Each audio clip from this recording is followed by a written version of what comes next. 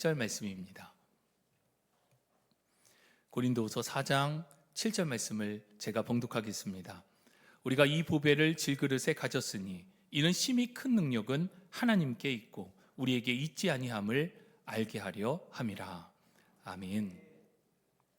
고린도후서 4장 7절 말씀을 본문으로 보배를 담는 질그릇, 이 제목으로 하나님 말씀을 선포합니다. 여러분, 동서 고금을 걸쳐서 사람을 그릇에 비유하여 표현하곤 합니다. 사람을 그릇에 비유하는 것은 보이지 않지만 우리들 안에 있는 이 마음을 그릇으로 비유하여 표현하는 것입니다. 그런데 동양과 서양은 이 그릇, 마음을 바라보는 시각이 조금 다르구나라는 것을 느끼게 됩니다. 동양에서는 사람을 그릇에 비유할 때 그 마음의 크기, 또 그 마음의 성품, 곧 됨됨이를 주로 보는 경향이 있습니다. 예를 들어서 대기만성이라고 하는 한자 고사성어는 큰 그릇은 더디 만들어진다. 그래서 그릇의 크기에 주목하고 있습니다. 그리고 도량, 아량과 같은 단어들은 마음의 너그러움에 대한 표현으로 그 사람의 됨됨이를 주목합니다.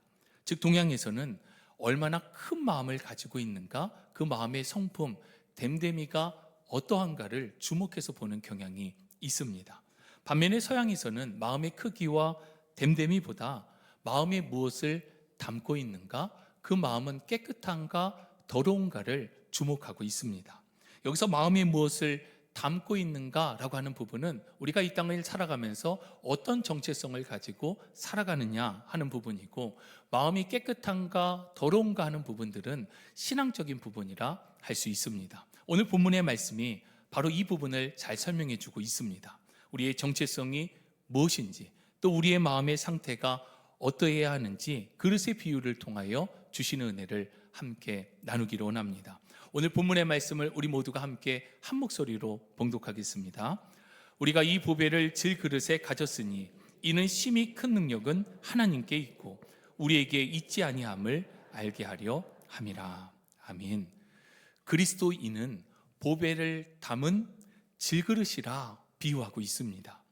질그릇은 진흙으로 만들어져서 유약을 바르지 않고 구운 그릇을 뜻합니다. 일반적으로 우리가 생각하는 도자기는 유약을 바른 매우 고급스러운 그릇입니다. 그런데 이 질그릇은 흙으로 만들고 유약은 따로 바르지 않고 구웠기 때문에 외부의 자극에 의해서 쉽게 깨지는 성질이 있습니다. 그래서 값이 싸고 또 약한 의미로 성경에서는 이 질그릇을 표현하기도 합니다. 오늘 본문은 질그릇과도 같은 우리 안에 보배가 가득 채워져 있음을 말씀해 주고 있습니다. 여러분, 일반적으로 보물은 어디에 보관하고 있습니까? 보물이 없으셔서 혹시 잘 모르시는 건 아니시겠죠? 보물은 금고라든가 또는 남들이 잘 알지 못하는 은밀한 곳, 나만 알고 있는 곳에다가 보관을 하곤 합니다. 그곳이 어디가 되었건 안전한 곳에다가 우리가 갖고 있는 소중한 것들을 보관할 것입니다. 여러분, 귀금속이 액세서리냐 보물이냐를 구분하는 방법이 있습니다. 우리가 귀금속을 보관할 때에 앞서 말씀드린 것처럼 금고라든가 은밀한 곳에 보관하고 있다면 그것은 보물입니다. 그런데 화장대 서랍에 보관하고 있다면 그것은 액세서리입니다. 왜냐하면 도둑이 들면 가장 먼저 뒤지는 곳이 바로 화장대 서랍이기 때문입니다. 그런데 하나님께서는 연약하여 깨지기 쉬운 질그릇과도 같은 평범한 우리들 가운데에 보물을 담아주셨습니다. 여기서 두 가지 질문이 생깁니다. 그렇다면 하나님께서 담아주신 보물은 무엇인가? 두 번째, 하나님께서는 왜 연약한 질그릇과 같은 내게 보물을 담아 두셨는가?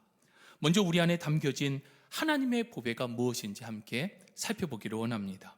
오늘 본문에 앞선 5절과 6절 말씀에 하나님의 보배는 예수 그리스도이심을 분명하게 말씀합니다. 우리 5절과 6절 말씀을 한 목소리로 봉독하겠습니다.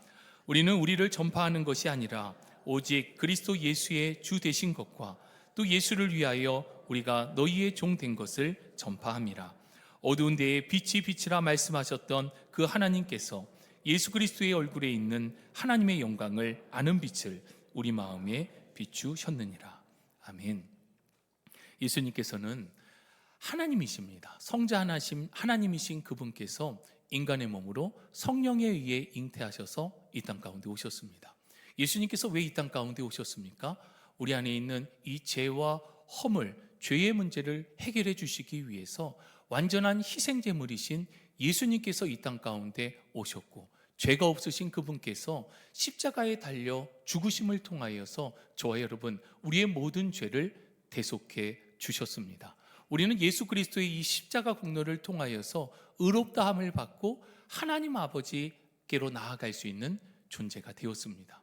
예수님께서는 죄와 사망의 권세를 이기시고 또한 부활하셨습니다. 이를 통하여 우리들 가운데 영원한 생명을 주셨고 하늘나라에 대한 소망을 가지고 살아가도록 우리에게 영원한 소망을 허락하여 주셨습니다. 우리를 포기하지 않는 하나님의 사랑이 예수 그리스도를 통하여서 나타났고, 그 사랑이 우리를 죽음에서 생명으로 옮겨주셨습니다. 하나님의 사랑과 구원의 놀라운 소식이 바로 복음입니다.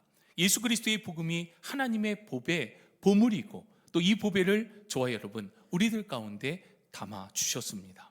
이어서 두 번째 질문입니다. 그렇다면 하나님은 왜 보배이신 예수 그리스도를 질그릇과도 같은 내게 담아 주셨을까?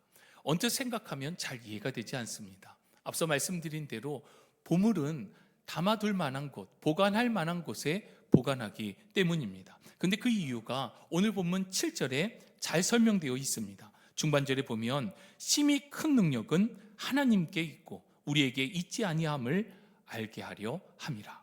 그렇습니다. 질그릇과도 같은 우리에게 보배이신 예수 그리스도를 담아주신 이유는 우리에게 생명을 주시기 위함입니다. 우리는 그저 연약한 질그릇이 아닙니다. 하나님의 보배를 담으면서 하나님의 사람이 되었습니다. 이를 통해 하나님 자신을 나타내시고 또한 우리로 보배로운 존재가 되게 하신 것입니다. 우리 이어서 10절 말씀도 함께 한 목소리로 읽겠습니다. 우리가 항상 예수의 죽음을 몸에 짊어짐은 예수의 생명이 또한 우리의 몸에 나타나게 하려 함이라. 아멘. 우리의 삶은 이제 내가 아니라 내 안에 가득 채우고 계신 예수 그리스도로 살아가는 것입니다. 이것이 보배를 품은 질그릇, 그리스도인다운 삶입니다. 오늘 본문을 통해 우리에게 주시는 하나님의 말씀을 세 가지 측면으로 함께 나누고자 합니다. 첫 번째, 본질은 내가 아니라 하나님께 있습니다. 두 번째, 나는 주님이 쓰시기에 합당한 그릇이 되어야 합니다. 마지막으로 세 번째, 하나님께 영광을 돌리는 삶이 되어야 합니다. 먼저 첫 번째, 본질은 내가 아닌 하나님께 있습니다. 여러분, 제 아무리 보석을 담는 케이스가 고급스럽고 아름다워도 그 안에 담겨진 보석을 대신할 수는 없습니다. 보석 케이스의 역할은 무엇입니까? 보석이 더욱 돋보이도록, 보석이 변질되지 않도록 잘 담아내는 것이 바로 보석 케이스의 역할입니다. 그렇습니다. 본질은 케이스가 아니라 그 안에 담겨진 보석에 있습니다. 마찬가지로 보배를 담은 질그릇의 본질은 그릇 자체에 있는 것이 아니라 그 안에 있는 보배에 있습니다. 본문을 살피며 나누었듯이 보배는 예수 그리스도의 복음입니다. 예수님을 영접하고 살아가는 우리는 본질이신 예수님을 담고 살아가는 존재가 되었습니다. 이제는 나를 중심으로 살아가는 것이 아니라 내 안에 계신 예수 그리스도, 그분을 고백하며 그분과 함께 이 땅을 살아가는 존재가 되었습니다. 저는 난곡 입구 사거리를 지날 때에 그곳에서 전도하는 분들을 종종 보게 됩니다. 그분들은 가판을 설치해 놓고 그곳에 유인물을 두고 아무런 말은 하지 않고 지나가는 사람들이 그 유인물을 가지고 가도록 하는 전도를 하고 있습니다. 물론 정상적인 종파가 아니라 이단 종파에 속해진 분들입니다. 제가 그곳을 지나면서 주의 깊게 보았던 것은 그분들의 표정이었습니다. 저는 그분들의 표정을 보면서 마음 가운데 안타까운 마음이 들었습니다. 그분들의 표정 가운데 제가 여러 차례 보았던 모습은 어떠한 기쁨도 감사도 감격도 있지 않음을 보았기 때문입니다. 왜 그럴까 생각해 보면 그분들 안에 책임감도 있고 의무감도 있습니다. 그분들은 자신의 시간의 11조를 드려야 된다라고 여기고 그렇게 헌신하고 봉사합니다. 그런데 그런 것들이 마치 성경에 나오고 있는 율법주의자들처럼 형식과 의무감에 얽매여서 행하고 있는 것은 아닐까라는 생각을 하게 되었습니다. 이 말씀을 드리는 것은 그분들을 비난하기 위함이 결코 아닙니다. 우리의 신앙생활에서도 자칫 잘못하면 마땅히 보배를 담고 있는 질그릇임에도 불구하고 어느 순간 이 보배가 점차 사라지고 질그릇만 남아서 텅텅텅 소리만 나는 그릇이 될 수도 있음을 경계해야 한다는 말씀입니다. 작년부 태국 단기 선교팀이 11월 단기 선교를 앞두고 매주 모여서 기도하고 있다는 소식을 들었습니다. 정말 잘하고 있습니다. 기도로 선교를 준비하지 않으면 하나님의 선교가 아니라 나의 선교, 우리의 선교로 그칠 수 있기 때문입니다. 여러분, 어려운 나라에 가서 어려운 이들을 돕는다는 것은 단순히 그 목적을 가지고 간다면 그것은 선교가 아니라 자원봉사입니다. K-컬처 또 K-팝 문화에 힘입어서 우리가 가서 여러 가지 공연을 하는 것에 목적을 둔다라고 한다면 그것은 선교가 아니라 우리의 모습을 드러내는 것입니다. 그렇다면 선교가 무엇입니까? 선교는 내 안에 계신 보배 되신 예수 그리스도를 그분들과 함께 나누는 것, 그분들에게 전하는 것, 흘려보내는 것, 이것이 바로 선교의 참된 모습입니다. 질그릇과도 같은 나의 역할은 바로 보배 되신 예수 그리스도의 복음을 잘 담아내는 것이고 이 복음이 필요한 자들 가운데 함께 나누는 것입니다. 그래서 하나님의 선교는 하나님께서 하십니다. 본질은 내가 아닌 하나님께 있습니다. 그러니 기도하지 아니하고는 선교를 온전히 감당할 수 없다는 것입니다. 선교는 그것으로 충분합니다. 사도행전 3장에는 하반신 장애로 인해서 성전 앞에 앉아 구걸하던 사람의 모습이 나옵니다. 그는 지나가는 사람에게 손을 뻗어서 자신을 도와달라고 구걸하였습니다. 이때 베드로와 요한이 그 길을 지나가다가 그 걸음을 멈추고 그 사람을 주목하여 보았습니다.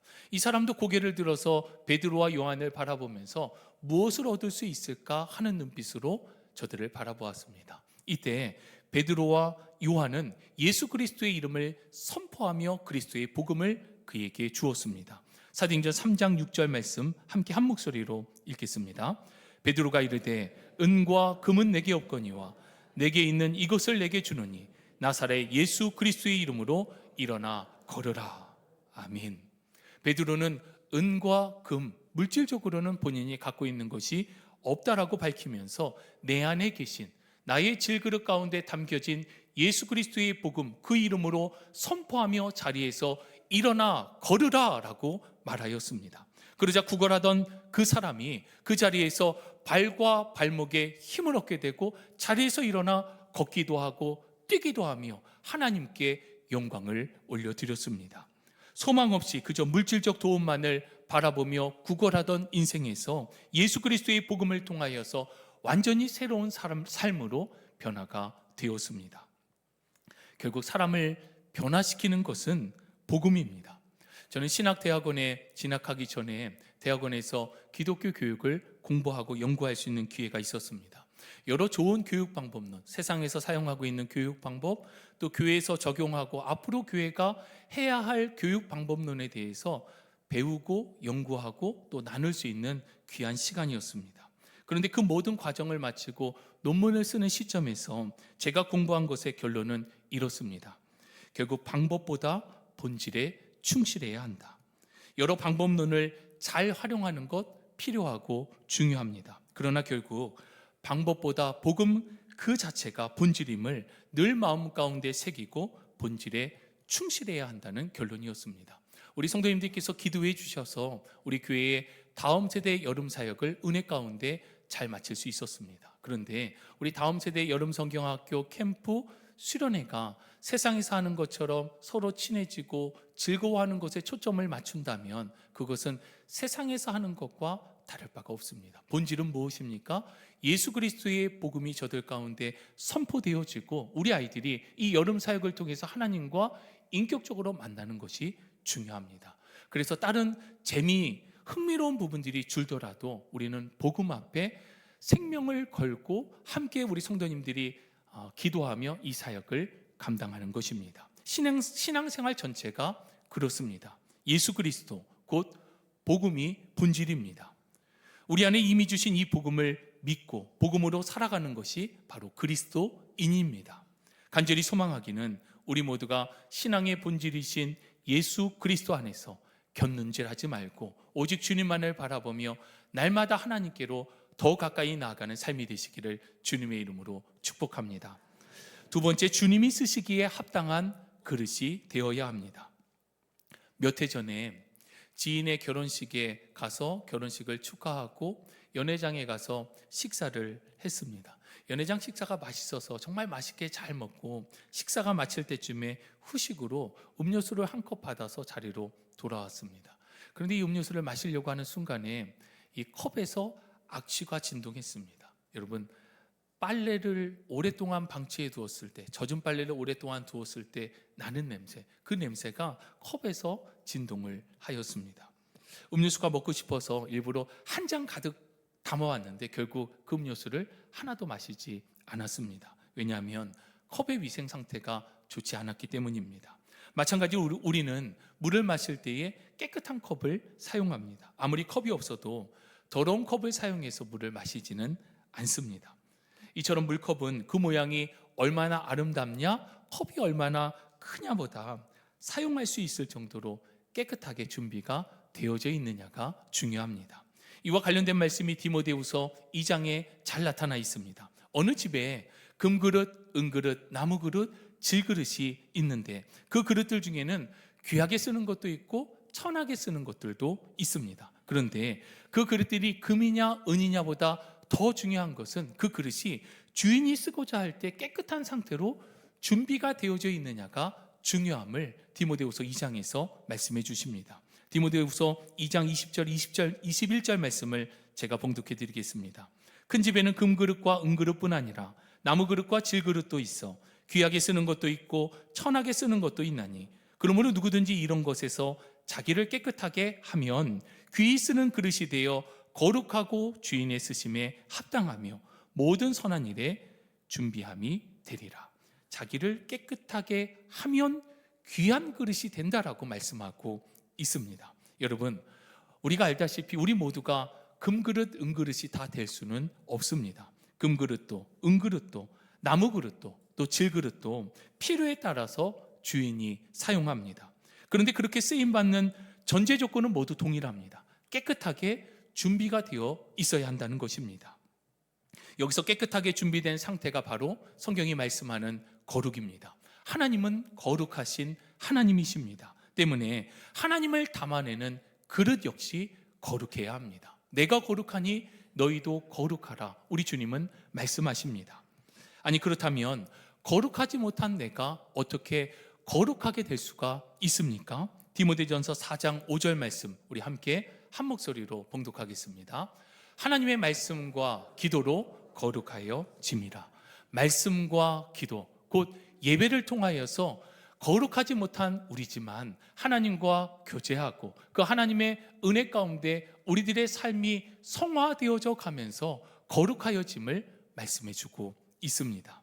말씀과 기도는 예배의 핵심 요소입니다. 그렇게 우리는 하나님을 예배하고 그분과 교제하며 성화, 거룩하게 되어지는 과정 가운데 우리의 인생을 살아가야 합니다.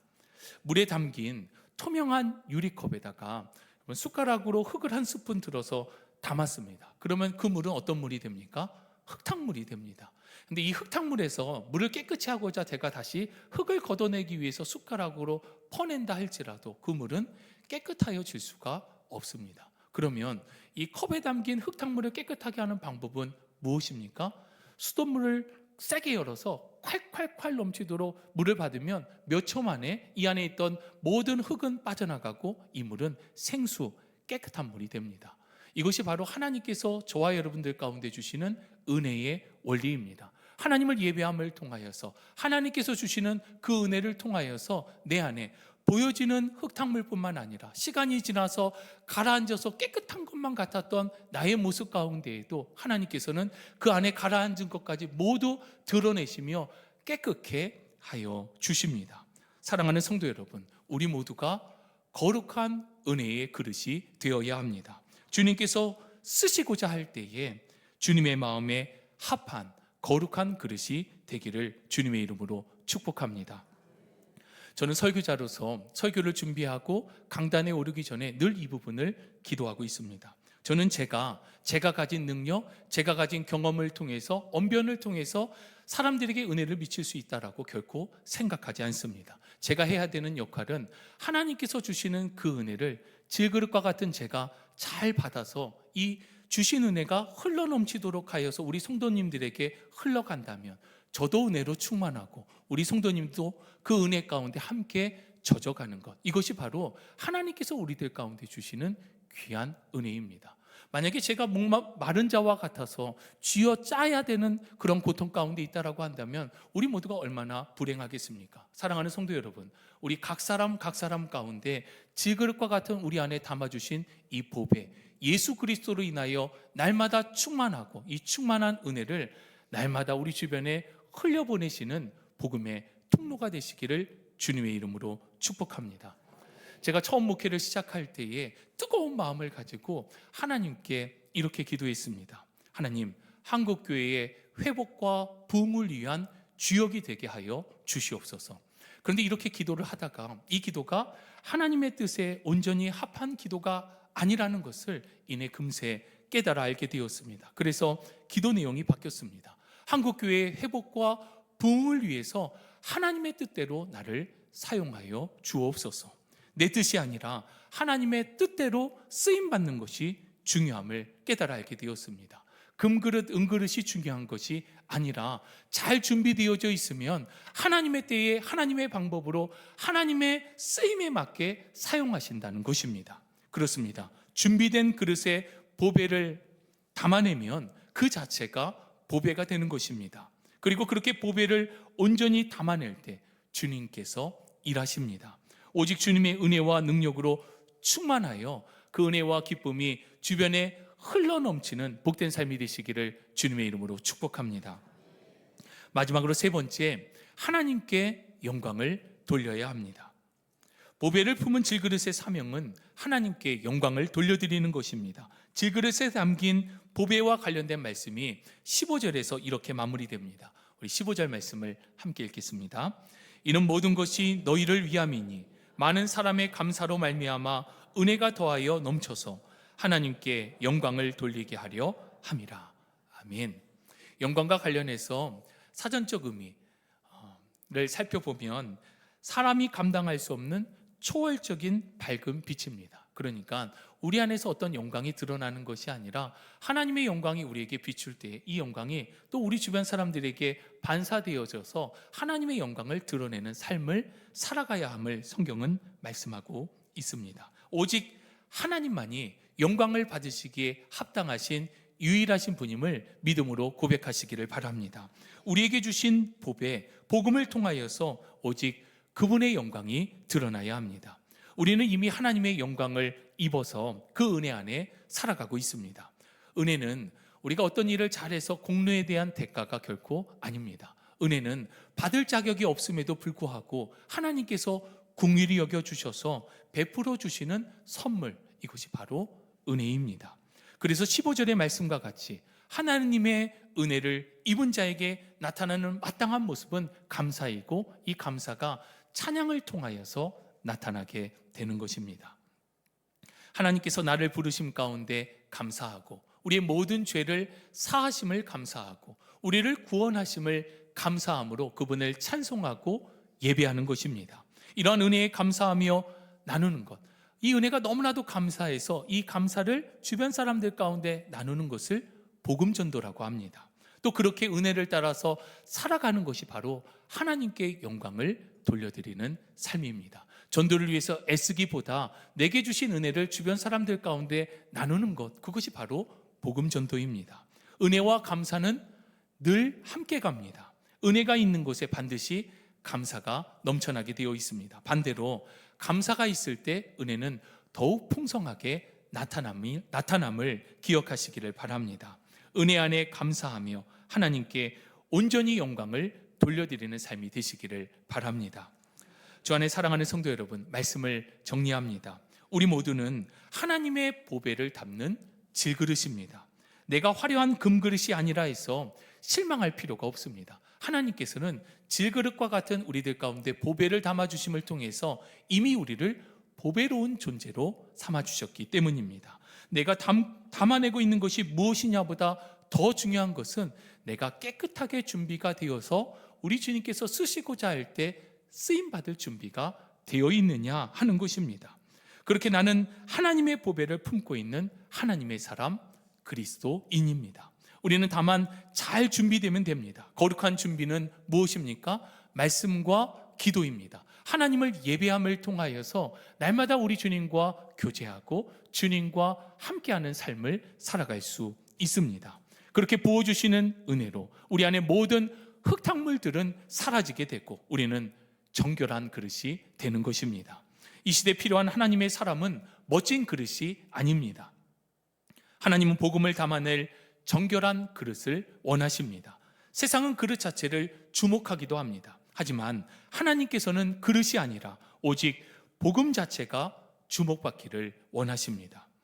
오늘 주시는 말씀 가운데에 우리가 두 가지를 삶에 적용할 수 있습니다. 첫 번째는 신앙생활에 유익하지 못한 비본질적인 모습들이 있는지 우리들 스스로를 점검해 보아야 합니다. 보배가 아니라 혹 그릇 자체에 집중되어져 있는 것은 없는지 살펴보아야 합니다.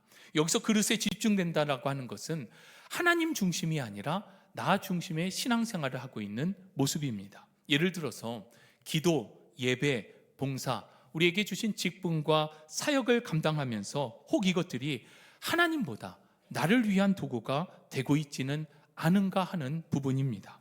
신앙생활의 본질은 철저히 하나님 중심임을 우리의 마음 가운데 새기고 비본질적인 외식된 모든 모습을 걷어내고 하나님 앞에 정직한 모습으로 나아가실 수 있기를 바랍니다. 두 번째 적용할 것은 하나님의 영광을 위해서 내가 할 수 있는 일을 하는 것입니다. 핵심은 예배자가 되는 것입니다. 주일 예배를 비롯해서 공예배를 사모하는 마음을 가지고 하나님 앞에 나와 예배하실 수 있기를 바랍니다. 여러분, 이곳에 와서 수백 명의 사람이 함께 예배를 드려도 하나님께서는 예배를 받으시는 것이 아니라 영과 진리로 예배하는 사람을 주목하시고 그 사람의 예배를 기뻐 받으십니다.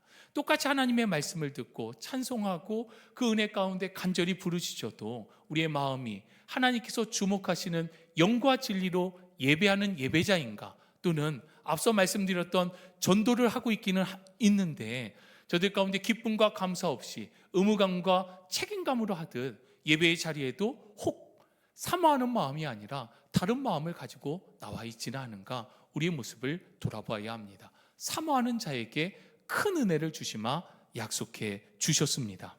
사랑하는 성도 여러분, 그리스도인은 하나님의 보배를 담은 질그릇입니다. 본질은 그릇이 아니라 복음입니다. 거룩하고 정결한 그릇이 되어 복음의 능력을 따라 살아가고 그렇게 하나님의 영광을 나타내는 삶이 되시기를 주님의 이름으로 축복합니다. 우리 찬양 가운데 주님, 연약한 우리 그릇 가운데 주님의 은혜로 충만케 하여 주시옵소서. 우리 찬양 가운데 고백하며 나가겠습니다.